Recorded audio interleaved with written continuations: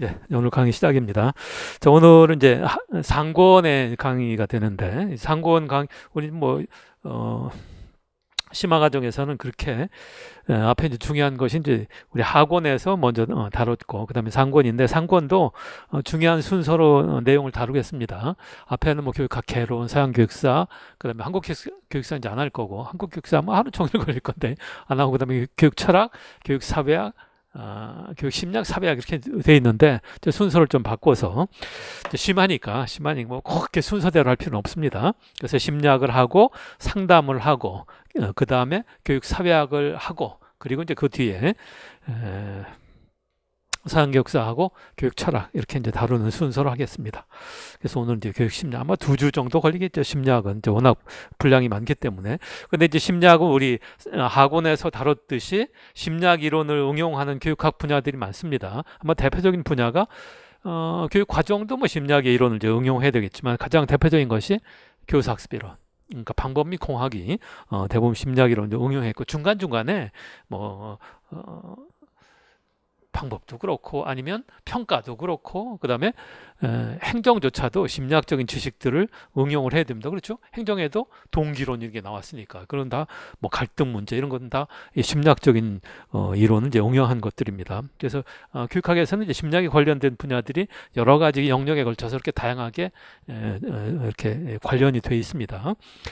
자, 그래서 심리학은 그래도 이제 심리학은 우리가 막 복잡하고 뭐 또 현대 심리학은 새로운 이론들이 많이 등장이 돼서 최근의 이론들이 중요합니다. 아마 앞에 뭐 행정이라든지 이런 거는 옛날 고전적인 이론도 우리가 알고 있어야 되겠지만 이제 심리학 이론은 과학 이론이니까 최근의 이론이 중요해. 옛날 이론보다 최근의 이론들이 이제 중요한데 그래도 이제 복잡하게 우리 키워드를 본다고 하면 여러 가지로 되어 있지만 기본적으로 심리학은 세 가지라고 그랬습니다. 심리학에서 다루는 영역은 요거야 뭐 기본적으로 우리가 다루게 될 거지만 여기 요 세 가지는 거의 이제 같죠? 뭐에 관련된 거예요? 공통점이 뭐예요? 공통점이 발달에 관련된 거다. 발달. 그러니까 심리학에서 가장 독특한 심리학의 영역이라고 하는 것은 이제 발달에 관련된 영역이고 그게 이제 많잖아요. 발달을 어떻게 이해할 거냐. 또 발달에 관련된 영역들이 있어요. 발달의 개념도 중요하고 특히 발달과 관련돼서는 요 분들의 이제 발달 특징, 요 애들의 이제 발달 특징. 그러니까 청소년기의 발달의 특징은 참 다양하게 많은 학자들에 의해서 강조가 되고 있습니다. 에릭슨이나 안나 프로이트도 그랬고 헤비거스도 그랬고 엘킨드도 했고 여러 사람들이 청소년기의 발달의 특징을 다양하게 이제 얘기를 하고 있습니다. 일반적인 뭐 유아나 아동의 발달보다는 청소년기의 발달의 특징을 좀 이해해야 되고 그다음에 발달은 또 영역으로 나눠지죠. 발달은 영역이 나눠 그냥 인간 발달을 얘기하는 것이 아니라 어느 영역의 발달이냐 그랬을 때 머리, 가슴, 손 이렇게 나눠지나? 머리에 관련된 이런 영역을 인지발달, 그러죠.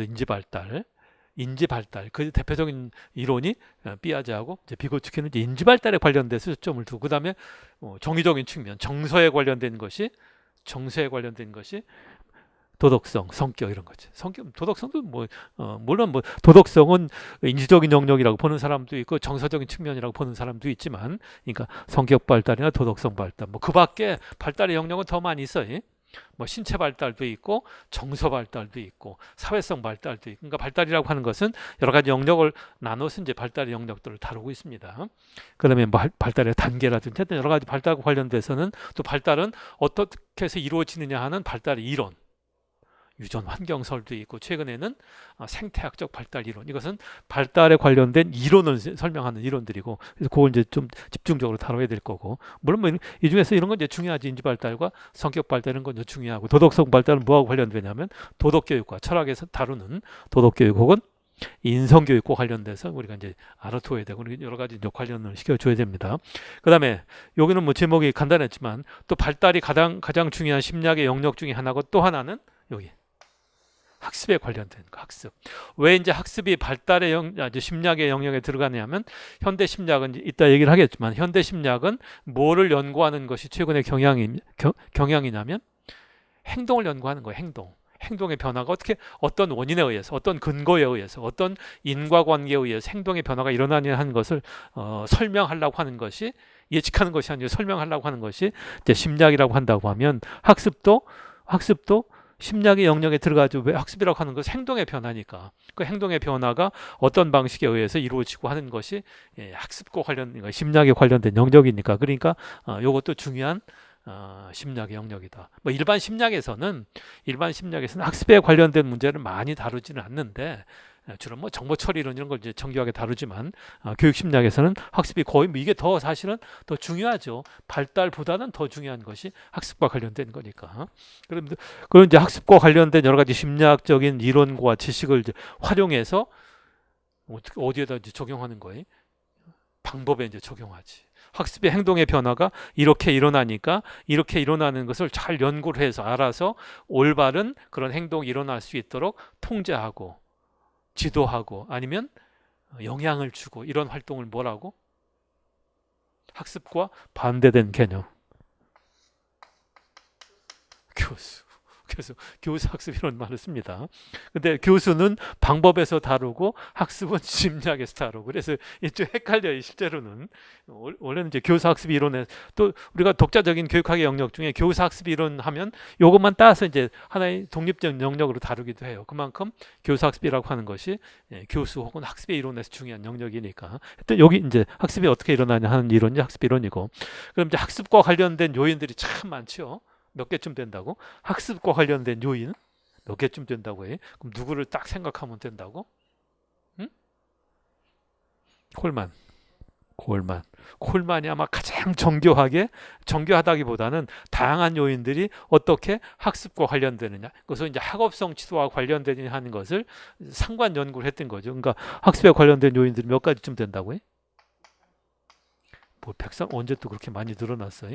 한 103가지쯤 되는 한 100여 가지 된다 이렇게 보면 꼭 뭐 103가지 할 필요는 없지만 콜만은 103가지를 인과관계를 밝혔지만 한 100여 가지쯤 되는 다양한 요인들이 학습과 관련된다. 그러니까 어떤 애가 공부를 못한다. 학습 능력이 저하된다 하면 그게 어떻게 한 개인의 뭐 무슨 지능에 문제가 된다 이런 단일한 요인으로 설명한다고 하는 것이 얼마나 문제가 많으냐 하는 걸 우리가 알 수 있는 거라고. 그래서 이런 학습과 관련된 요인은 심리학에서 다루는 요인도 있고 사회학에서 다루는 요인도 있고 방법에서 다루기도 하고 뭐 이렇게 다양하게 또 학교 밖에서 도저히 학교에서 통제할 수 없는 그런 요인과 관련된 그런 요인도 있고 또 어떤 요인도 있어요. 한 개인의 학습자 개인에 관련된 요인도 있고 이만큼 이 학습과 관련된 요인들이 많은데 주로 이제 심리학에서는 주로 있는 거죠. 지능이나 뭐 창의성도 이제 관련은 뭐 직접 된다고는 아니지만 그래도 많이 이제 관련되고 그다음에 이게 뭐 요새 거의 엄청나게 중요한 것이 동기. 이건 뭐 사회학의 이론이 아니잖아요. 그다음에 어떤 방법으로 공부하느냐는 인지 양식에 관련된. 그래서 결국 이제 학습과 관련된 다양한 요인들 중에서 심리학에서 주로 다루는 것들이 아마 가장 대표적으로 지능과 뭐 동기. 뭐 이런 것이 가장 대표적인 심리학에 관련된 요인. 뭐 사회학에 이제 우리 뒤에 사회학도 하겠지만 사회학과 관련돼서는 대표적인 것이 기능론 그러면 기능론 물론 개인의 지적 능력도 보기도 하지만 가정 배경이라든지 아니면 특히 이제 학교의 무슨 시설이나 교사의 교수법이나 이런 것들은 주로 기능론자들이 주로 논의한 거고 갈등론자들이 논의하는 거 미리 땡겨서 공부하면 갈등론자들은 어떤 거 SES 그만큼 이제 다양한 요인들이 관련된다. 그다음에 이제 방법적인 측면도 중요하잖아요. 교사가 얼마나 특히 이제 이런 또 개인의 논리로 개인의 요인으로 본다고 하면 학습과 관련된 개인적인 요인 그러면 지능도 되겠고 뭐 심리학에서 다루겠지만 그다음에 뭐 선수 학습이라든지 뭐 이런 거 다 이제 개인적인 요인이 되기도. 그러니까 이게 하여튼 교육학 이론은 전체 모든 교육학 이론 전체를 이제 우리가 종합해 본다고 하면 결국은 무엇을 설명하고 무엇을 아이들한테 올바르게 지도하고 하는 활동을 이렇게 아주 미세하게 줄인다고 하면 모든 교육학 이론을 다 종합해 결국 뭐 하려고 하는 거냐. 특히 교육학 이론을 학교에 관련시켜서 교사의 관점에서 교육학을 본다고 하면 우리 시험 때 그런 시각에서 이제 출제가 되니까 결국 학생들한테 뭐를 설명하고 뭐를 올바르게 지도하고 뭐를 올바르게 이끌어 나가는 활동에 초점을 두는 거예요. 그렇죠. 올바른 행동의 학습 이제 행동의 변화니까 아이들한테 올바른 행동, 그 행동 물론 이제 행동도 여러 가지 차원도 있지만 그런 행동에 초점을 두고 이 행동이 왜 이렇게 일어나고 이런 행동이 잘못됐을 때는 이것을 어떻게 수정하고 어떻게 올바르게 일어날 수 있도록 하고 하는 것에 초점을 두는 것이 교육학 이론이다. 이렇게 봐도 무방해요. 학교에 관련돼서 교육학을 적용한다고 하면 그렇잖아요. 내가 너무 무리한 얘기를 하나?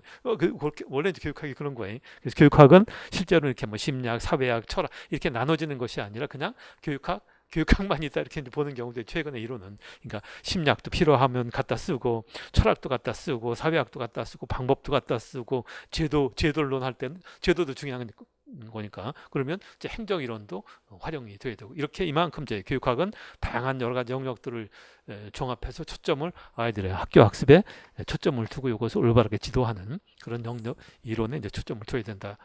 아직은 이렇게 안 되겠지만 여러분들이 이제 심화과 정도 끝나면 그런 정도의 어느 정도의 시각을 이제 가져야 될 거다. 그래 뭐 우린 그렇잖아. 시험 문제도 꼭 이게 심리학이다, 이게 사회학이다, 이게 철학이다 이렇게 구별이 딱 안 되잖아요.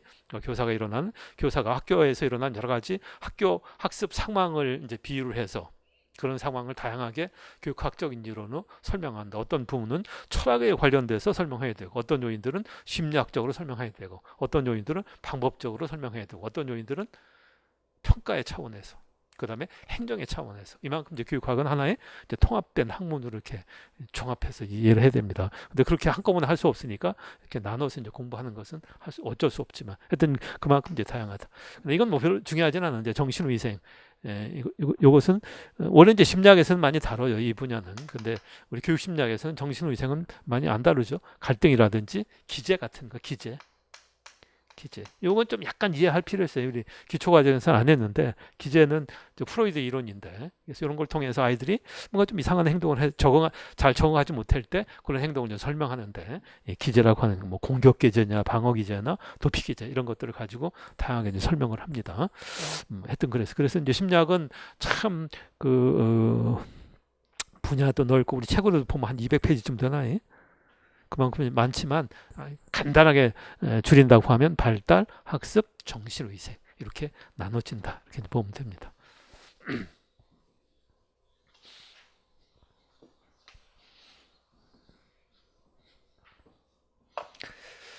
자, 내용을 좀 들어갑시다.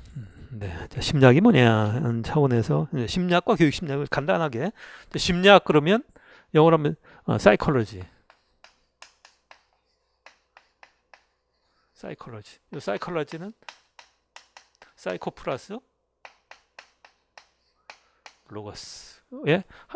두 말이 합쳐진 거다. 사이코 그러면 사이코.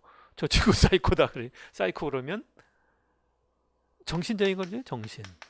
심을 얘기했네. 심. 그다음에 로고스 하면 논리. 이치. 이게 로고스죠. 그리스 시대의 로고스. 그러니까 이걸 이제 합치면 뭐의 논리, 뭐의 이치, 마음의 이치 또는 정신의 이치, 마음이 어떻게 작동하느냐 하는 것을 설명하는 이론이 원래 심리학. 그래서 원래 사이칼라지라고 하는 영어의 표현을 동양 사람들이 이렇게 아주 그대로 이제 번역해서 심리학 이런 말을 쓴 거다. 그러니까 결국 이제 심리학이라고 하는 것은 뭘 연구하는 거? 마음을 연구하는. 그래서 원래 심리학 이론에서 가장 오래된 심리학은 능력 심리학. 마음의 능력을 연구하는 능력 심리학. 물론 이제 지금은 능력 심리학이 이제 부정이 됐지만 능력 심리학에 기초한 교육학 이론이 유명한 게 있었는데 영어로 하면 포멀 디시플린 또는 멘탈 디시플린.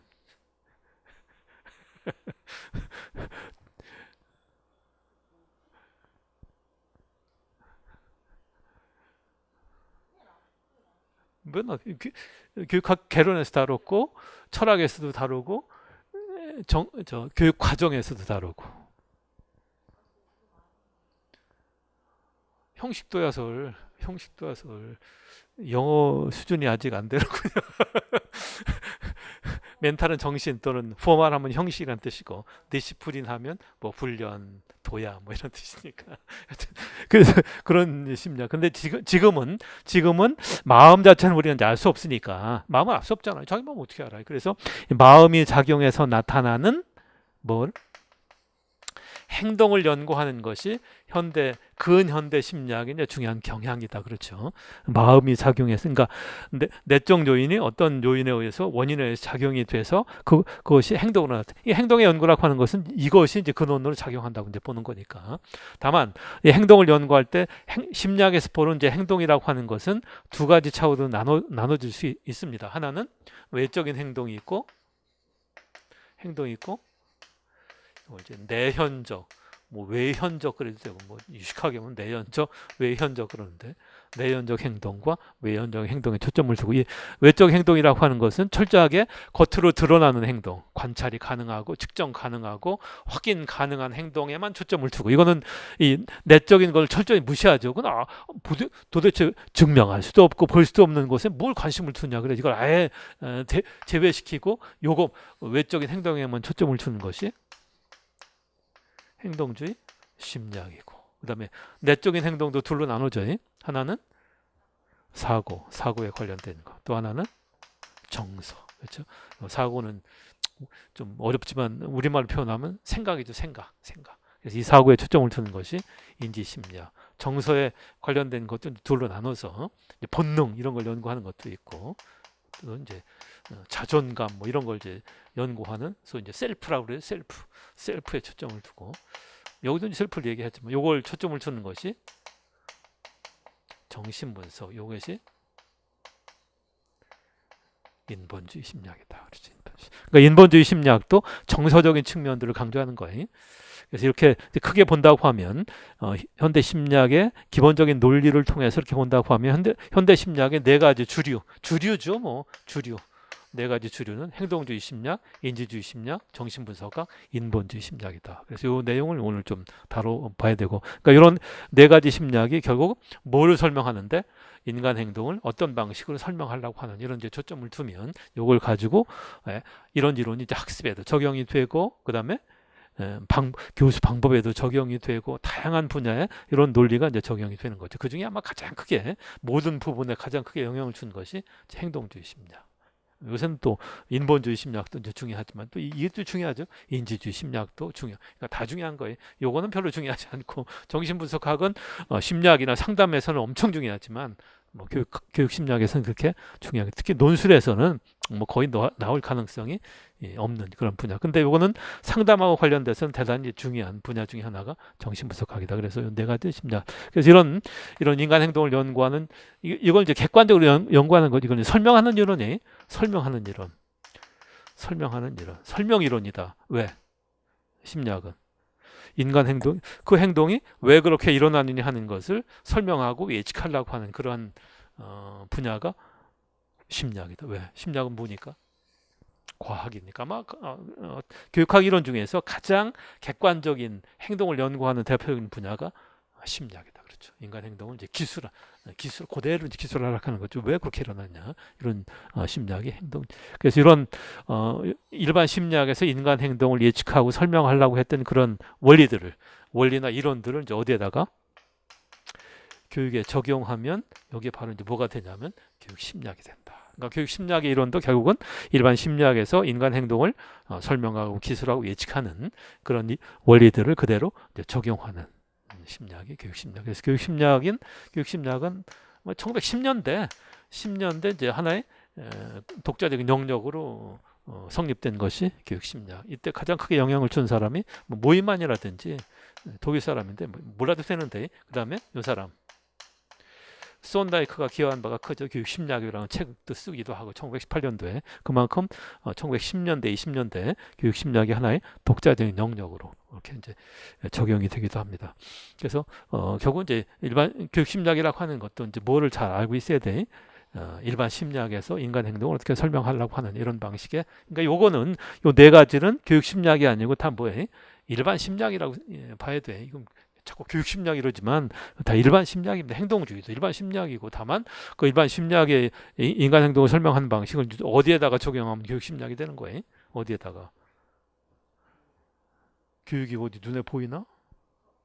수업에 또는 교실에 또는 학교에 아이들한테 적용을 하면 그게 교육 심리학이다. 그러니까 일반 심리학은 일반 인간 행동을 설명하는 건데 주로 아이들의 초점을 두고 아이들의 교실 행동을 이제 설명하고 학습 행동을 설명하려고 하면 그게 바로 교육 심리학이 된다. 이제 그런데 그렇게 보면 일반 심리학이나 교육 심리학은 별 차이가 없지요.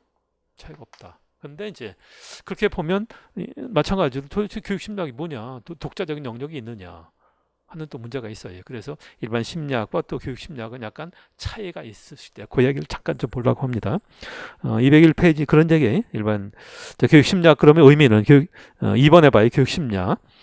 교육 심리학은 교육과 관련된 사실 법칙을 심리학적으로 연구해서 교육의 방향을 제시한다. 그러니까 교육 심리학은 처음부터 일반 심리학의 응용 분야. 이건 뭐 교육학이 다 그렇죠. 우리 3, 4, 5에 했던 행정도 교육 행정도 일반 행정에 그대로 이제 적용이 되는 거죠. 교육학의 영역 중에서 다른 분야에 이렇게 응용 분야로 출발이 안 된 영역이 하나 있는 대표적인 영역이 다른 분야하고 별로 관련이 안 된 교육학의 그래도 가장 독자적인 영역이다 이렇게 볼 수 있는 영역이 여러분 같은 뭘 것 같아? 방법도 일반 심리학을 적용하는 거죠. 교육 과정. 교육 과정만이 순수한 그런 연구입니다. 자, 그래서 이제 교육 심리학은 3번에 좀 봐요. 어차피 교육 심리학이나 일반 심리학이나 마찬가지인데 그래도 일반 심리학을 교육 이론에 적용하기 어려운 교육 심리학만의 독자적인 영역 뭐 이렇게 보면 1번 봐요. 참고로 그냥 봅시다. 일반 심리학은 인간 행동에 관한 일반적인 원리나 법칙을 확립하는 데 있으나 교육은 개개 학습자의 특성을 변화시키는 데 있다. 그러니까 일반 심리학은 일반 인간 행동을 설명하려고 하지만 교육 심리학은 특히 학습자 개인의 초점을 두고 이런 개인의 행동을 어떻게 변화시킬 거냐 이런 데 초점을 두는 것이 교육 심리학. 그다음에 2번 방법론적인 면에서 심리학은 정밀성과 경제성을 중시해서 행동의 작은 변화에도 관심을 갖지만 아주 미시적이죠. 교육 심리학은 다소의 정밀성과 경제성을 희생하더라도 학습자 행동에 의미 있는 변화에 초점을 둔다. 자, 이렇게 본다고 하면 우리 평가에서 다뤘는데 일반 심리학은 타당도가 중요하겠어요? 신뢰도가 중요하겠어요? 신뢰도. 그렇죠. 반면에 교육 심리학은 타당도가 중요하다. 네. 타당도가 그렇죠. 그다음에 3번 일반 심리학은 가치 중립적이며 기술적인 데 비해 교육은 가치지향적이고 처방적이기 때문에 심리학의 지식과 방법을 그대로 적용하기 곤란한 점도 있다. 그렇죠. 교육이라고 하는 것은 아이들의 올바른 변화, 좋은 변화 이런 것들을 목적으로 하기 때문에 그렇다. 가치 중립적일 수가 근본적으로 없습니다. 교육학은 심리학도 그렇고 뭐 사회학도 마찬가지고. 그러면 4번 심리학이 주로 통제된 실험실에서 그 이론이 정립된 반면 그래서 뒤에서 잠깐 언급을 하겠지만 일반 심리학은 가장 대표적인 심리학의 방법은 실험실에서 인간 행동을 연구했던 거죠. 이제 그게 안 되니까 실험실에 뭐 갖다 놓고 이제 행동을 연구해. 행동주의 심리학자 같으면 동물을 갖다 놓고 개나 무슨 고양이 쥐 갖다 놓고 이제 연구를 해서 인간에게 적용했던 거죠. 그만큼 일반 심리학은 가장 대표적인 심리학적인 방법하면 실험적 방법. 실험실적 방법이라고 그래. 실험실이라고 하는 거 우리 방법에서 잠깐 다뤘지만 실험실이라고 하는 것은 가장 중요한 특징이 뭐예요?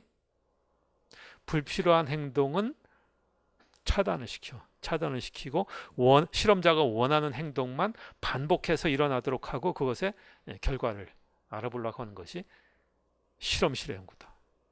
그러니까 뭐를 작용하지 못하는 그런 상황을 뭐라 그래? 그런 걸 뭐라 그러지? 실험 변인 이외 여타 변인을 작용하지 못하게 하는 것이 실험실이 가장 중요하다. 소위 실험 통제를 가장 중시해. 그러니까 인간한테 적용할 수 없으니까 동물 이런 거 갖다 놓고 이제 하는 거지. 개 갖다 놓고 하면 뭐 집에 안 보내도 되잖아요. 반면에 교육은 상당히 자연 상태에 가까운 교실에서 일하는 과정이기 때문에 심리학 이론을 교육에 적용하기 어려움이 있다. 그러니까 소위 이제 정밀성은 떨어지더라도 실제로 적용에 얼마나 영향을 주는 이런 데 초점을 둡니다. 그런 타당도는 무슨 타당도는 별로 크게 고려 않고 무슨 타당도를 더 중시하냐면 요거는 기억이 안 날 거예요. 내적 타당도하고 외적 타당도가 있는데 내적 타당도는 좀 희생하더라도 외적 타당도가 더 중요하다. 그렇게 이제 잘 기억을 하고 있네. 자, 그런 특징은 있음에도 불구하고 어쨌든 심리학이나 교육 심리학이나 별 이제 차이 없이 그냥 연구하는 경향입니다. 자, 교육 심리학의 역사는 주로 이제 그 밑에 이번 모이만 이런 사람 손다이크 그런 사람이 있었다 이런 거 먼저 알아둬. 그러면 3번은 빼버리고 뭐 시사점 한번 읽어보고. 그다음에 5번에 교육 심리학의 목적 그러면 이제 두 가지죠. 교육 심리학은 교육의 시기와 방법을 결정해 준다.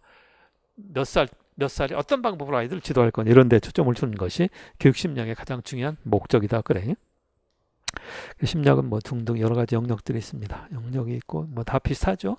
근데 원래 심리학에서는 미국 심리학의 분류 보면 뭐 발달, 학습, 뭐 그다음에 적용, 측정 평가 뭐까지 이제 포함시키는 그런 경향도 있는데 지금은 측정 평가는 따로 독립해서 이제 다루기도 합니다. 그러니까 원래는 또 게이츠도 마찬가지죠. 발달, 학습, 적응, 그다음에 측정 평가, 교수와 지도. 그러니까 어떤 책에 보면 일반 교육 심리학 책에는 방법까지도 이제 다루지. 교수 학습 왜?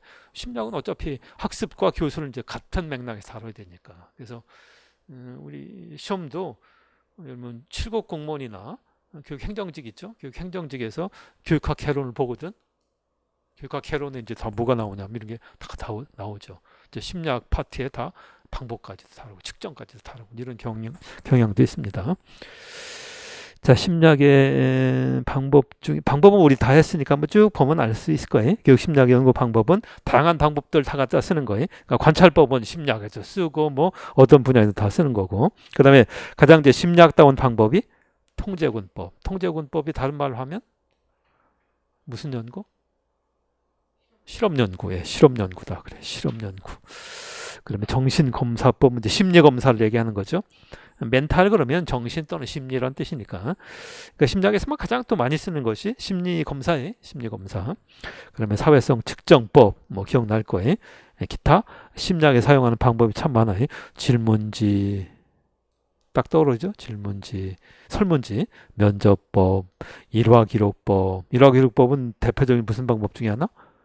질적인 연구 방법 중에 하나잖아요. 그다음에 사례 연구, 투사법 주로 정서적인 측면으로 보는 거죠. 그다음에 뭐 자서전법 뭐 등등. 자서전법을 썼던 대표적인 교육과정 이론이 파이너 자서전 쓰기 이런 거예요. 그만큼 이제 여러 가지 방법도 있습니다. 종단 연구, 횡단 연구도 한 적이 있죠. 그래서 종단 연구는 시간의 변화에 따라서 어떻게 아이들의 발달이 변화되는 이런 걸 연구하는 거고, 횡단 연구는 동시점에서 여러 연령대 아이들을 갖다 놓고 발달을 연구할 수 있는 이런 연구 방법이 횡단 연구. 횡단 연구는 대단히 시간이 절약되죠. 종단 연구 시간도 많이 걸리고 비용도 많이 들고, 그다음 중도 실험자가 탈락할 수도 있고 이런 이제 어려움이 있는데, 종단 연구보다는 최근에 이제 횡단 연구들을 많이 씁니다. 심리학에서 그런 측면도 좀 알아두고. 자, 오늘 이제 2절에 현대 심리학의 이론, 현대 교육 심리학의 이론, 또 일반 심리학의 이론이기도 하고, 그 중에서 20세기 초에 아마 19세기 말에서 20세기 초에 가장 대표적인 2대 분야라고 하면 행동주의 심리학과 정신분석. 아마 시기적으로 보면 뭐가 약간 더 빠를 수도 있어요.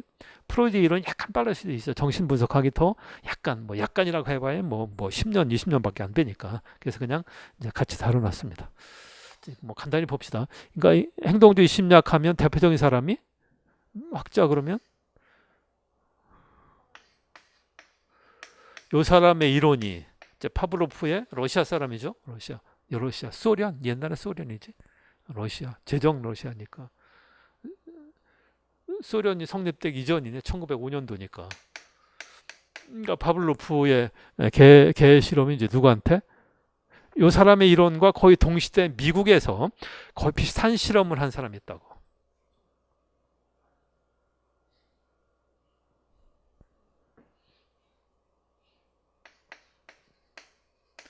윌리엄 제임스 같은 사람이죠. 뭐 잘 몰라도 되는데. 그래서 이런 이론들을 이제 종합한 사람이 손다이크. 그러니까 손다이크는 대단히 중요한 인물이죠. 러시아 계통의 그런 실험과 미국 계통의 이제 실험을 이제 종합을 해서 다양한 측정 도구 이런 걸 개발하고 측정관 이런 걸 확립하는 데 영향을 준 사람이 손다이크. 이 이론을 더 이제 이게 1910년대에서 한 30년대쯤 돼. 그다음에 이 손다이크 이론을 더 어디에 이제 특히 적용을 많이 했냐면 학습의 분야에 이제 적용을 해서 다양한 학습 이론을 전개시키는데 영향을 준 사람이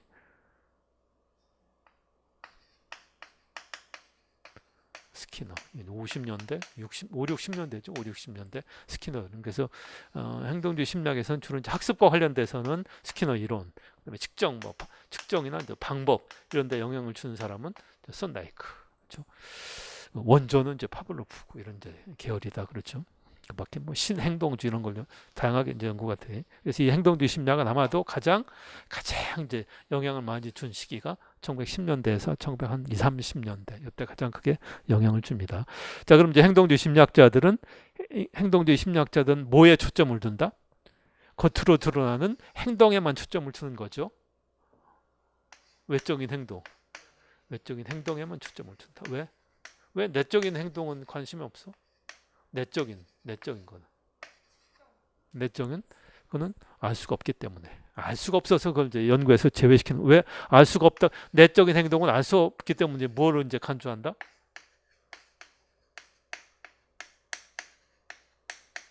그걸 이제 블랙박스다 그래. 블랙박스. 그렇지. 열어볼 수가 없는 거죠. 블랙박스.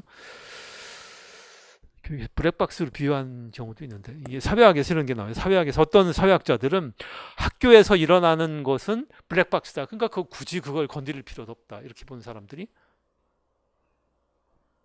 기능론자들이고 그 블랙박스를 열어봐서 그 안에 여러 가지 모순, 갈등, 불평등이 존재한다 해서 그걸 열어봤던 사람이 신교육 사회학자 이제 그렇게 돼요. 그래서 블랙박스라고 이제 간주됐던 그러니까 연구 대상에서 제외시킨 거죠.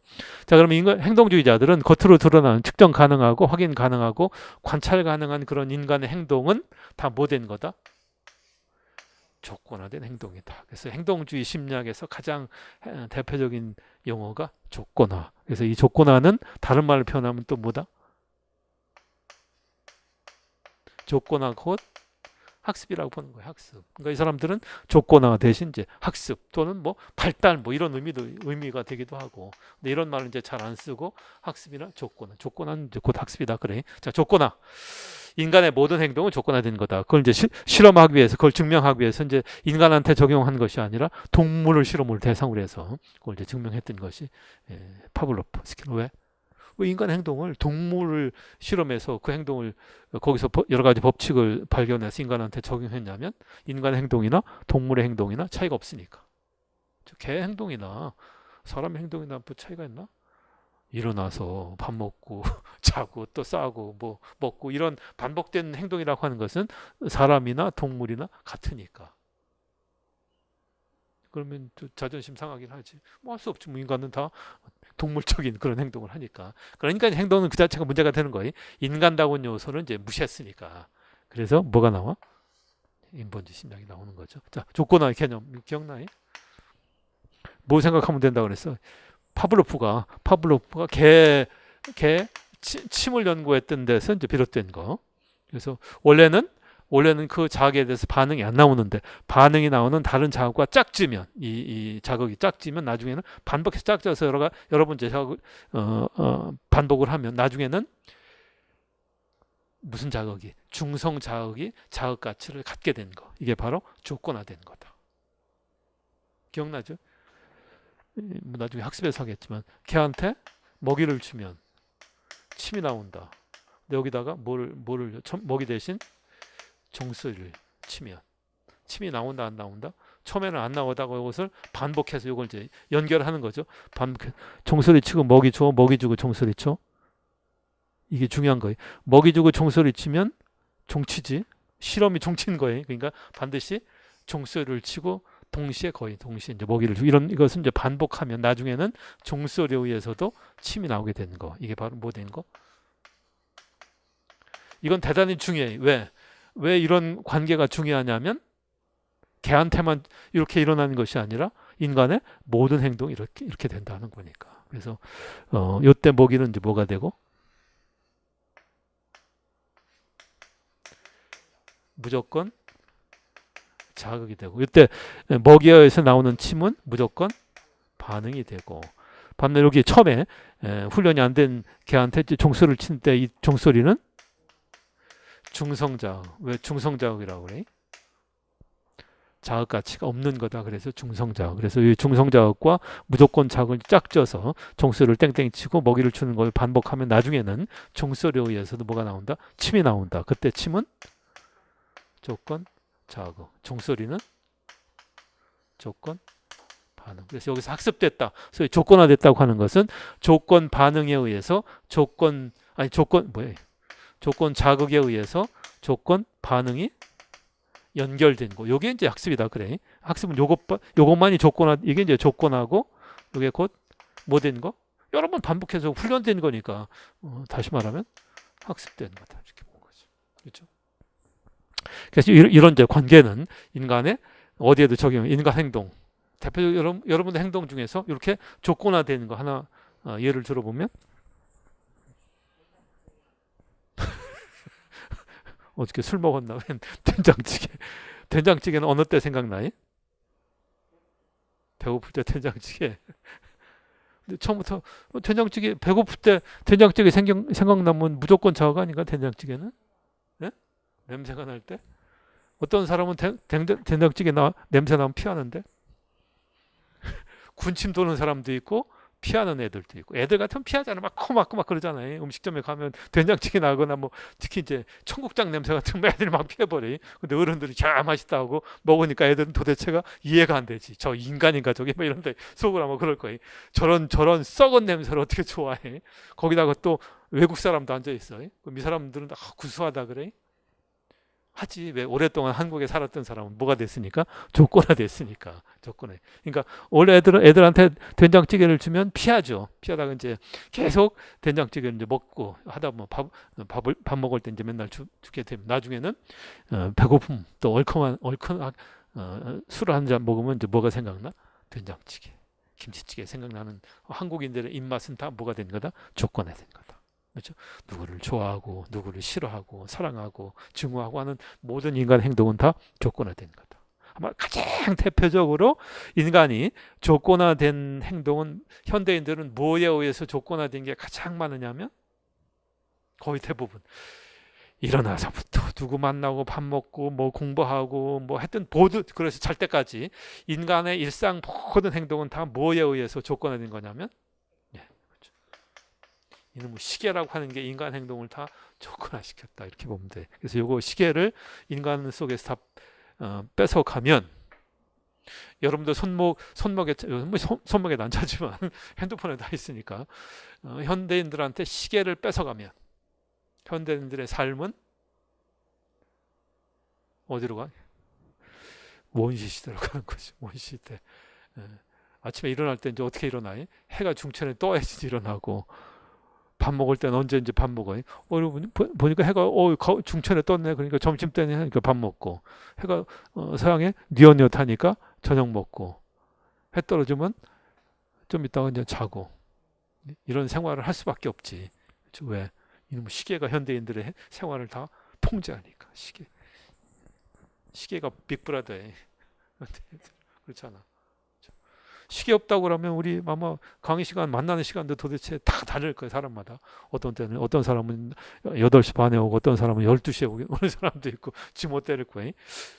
뭐 전철 타는 거 뭐 어디 여행 가는 거 참 이게 엉망 뒤죽박죽 될 거예요. 이런 것 때문에. 근데 시계도 서울에 한 2개만 있다고 해봐요. 서울역에 하나 있고 저 강남역에 2개만 있다고 생각을 해보면 어떨까? 옛날 중세시대 같으면 어디에만 있어요? 시계가. 광장 앞에 있는 교회 그래서 시간마다 땡땡 치면 사람들이 다 거기에 맞춰서 일사불란 행동을 하게 된다고. 이제 그러다. 그 전에 우리는 그 전에 뭐가 있었고 물시계도 있고 해시계도 있고 그렇죠. 모래시계도 있고. 그러다가 요 시계가 이제 누구한테 한 개인들한테 손목에 채워진다고. 손목시계. 이렇게 됨으로써 인간은 다 아주 일사불란한 그런 행동을 하게 된다. 손목시계가 언제 만들어진 건지 알아요? 손목시계가 만들어진 계기는 어디에서 있을까요?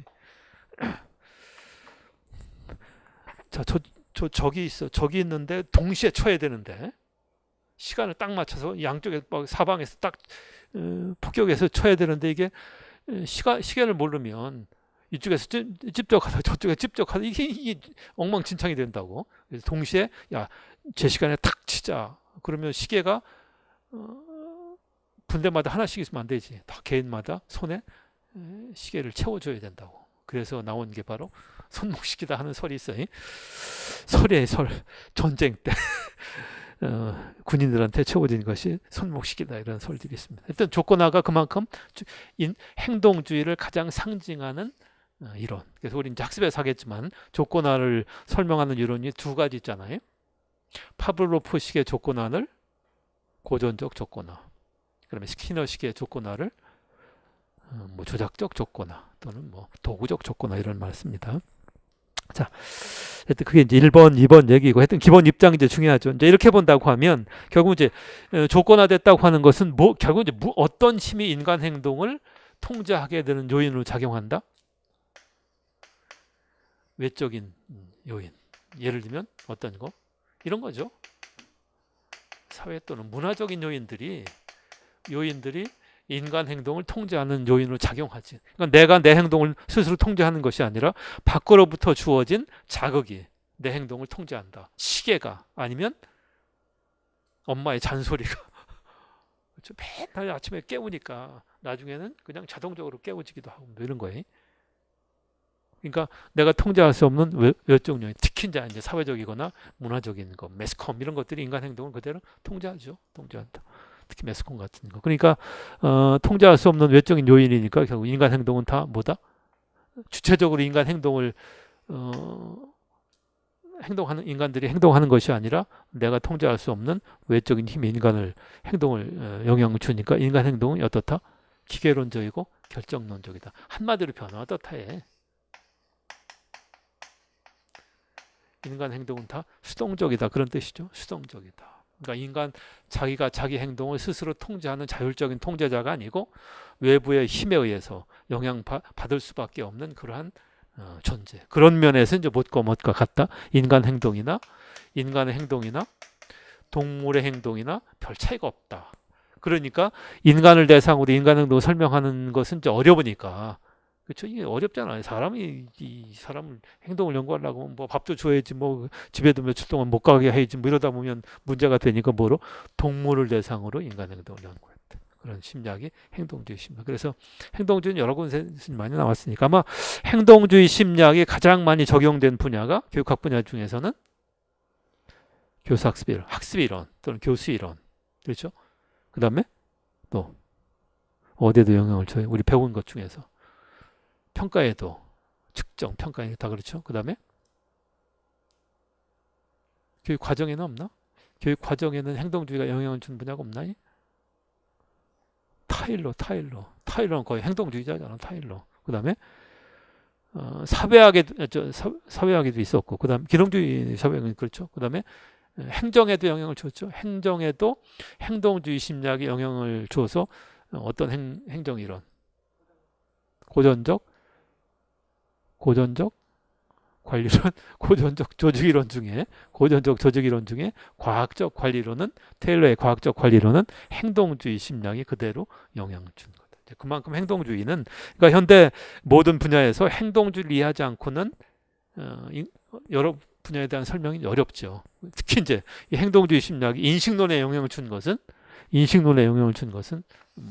총체적으로 뭐라 그래? 객관주의 또는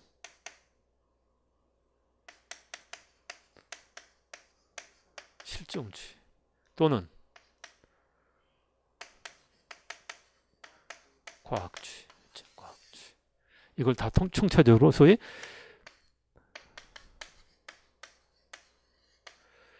모더니즘의 인식론은 결국 이제 행동주의가 지대하게 영향을 줬다. 그래서 행동주의를 이해하지 않고는 교육학의 많은 부분들을 이해하기가 대단히 어렵습니다. 그런 면에서 행동주의는 잘 알고 있어야 됩니다. 여러 문제 나오겠지만, 그래서 행동주의는 동기론에도 영향을 주고 학습이론에도 영향을 주고 이제 많은 영향을 줬습니다. 자, 그다음에 이제 요거는 그냥 여기서 끝나면 되죠. 뒤에 이제 상담에서 잠깐 나오겠지만, 또 하나 이제 근대 심리학 중에 하나가 정신분석학. 정신분석학은 누구에 의해서 확립돼서? 프로이드에 성립돼서 뭐 다양하게 영향을 주죠. 뭐 그 딸인 안나 프로이드, 그다음에 에릭슨, 아들러, 뭐 이런 다양한 이제 심리학자들이 다 프로이드의 제자면서 약간 또 프로이드하고 다른 방식으로 인간 행동을 설명하려고 하는데, 그럼 정신분석학은 인간 행동은 근본적으로 뭐에 의한 행동이다? 뭐가 작용하는 거다?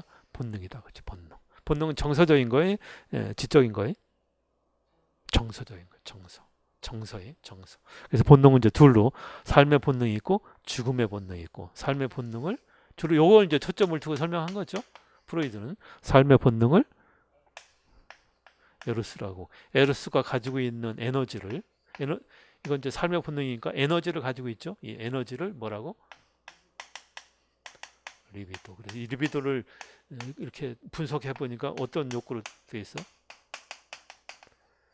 성적 욕구로 되어 있다. 성적 욕구. 그래서 이 리비도는 에너지니까 이 리비도는 끊임없이 어떻게 해야 돼? 움직여야 돼. 작동을 해야 된다고. 그래서 이 작동이 각 신체 부위에 따라서 나타나고, 그 나타나는 신체 부위에 따라서 이제 뭐가 결정이 되고, 그 사람의 성격이 결정이 되고, 그렇죠? 그래서 이 리비도 이걸 가지고 이제 인간의 행동을 설명하기도 하고, 그 다음에 더 나가서는 인간의 문명을 설명하기도 하고, 이제 문학 작품을 설명하기도 하고, 예술 뭐 이런 걸 아주 다양하게 설명한 것이 리비도다. 그렇죠?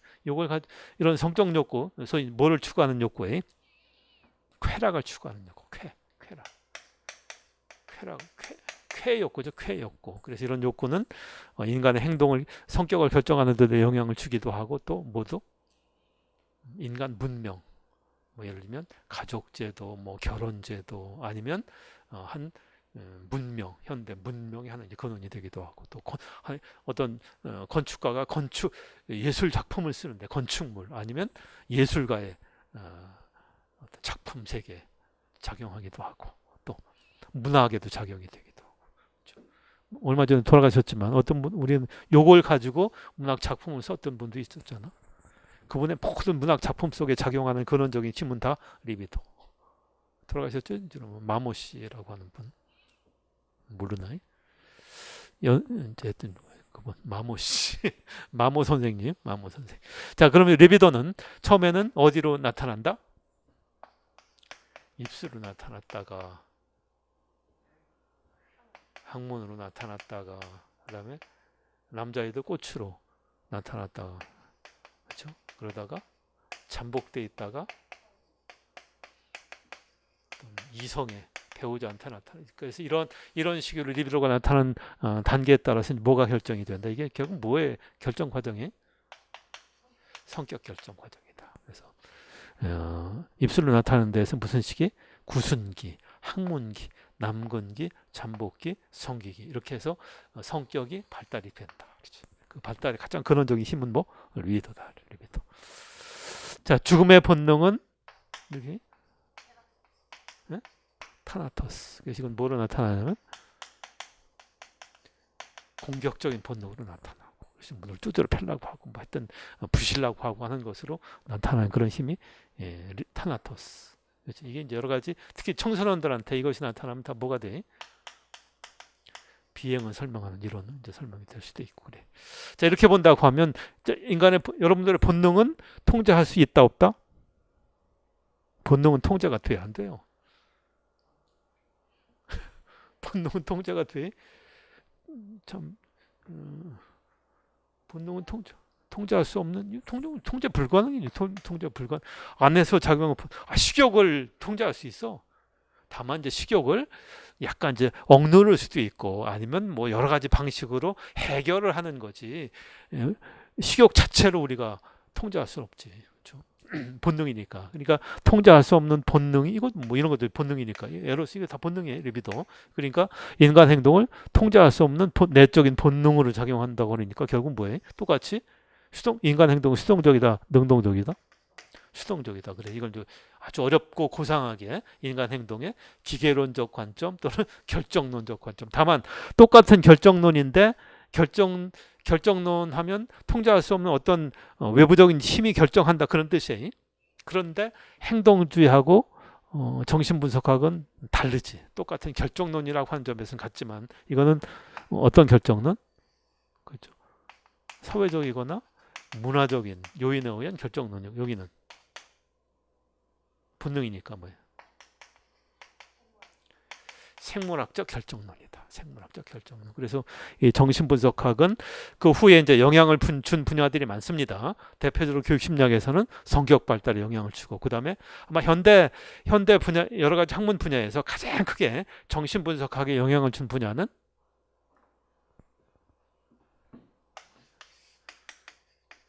상담 치료죠. 뭐 상담 치료는 거의 뭐 했든 요새 상담 이론들이 엄청 많아요.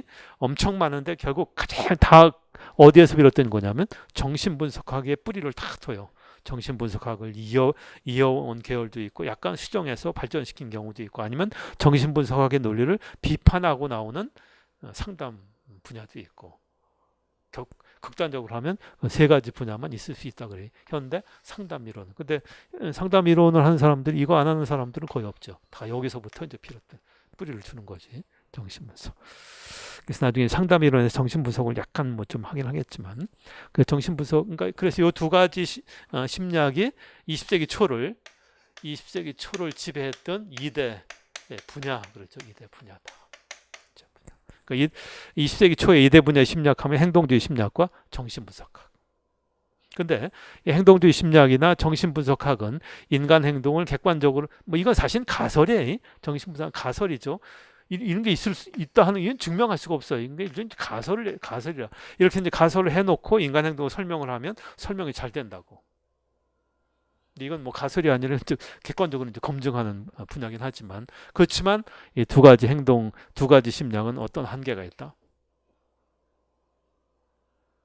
한계는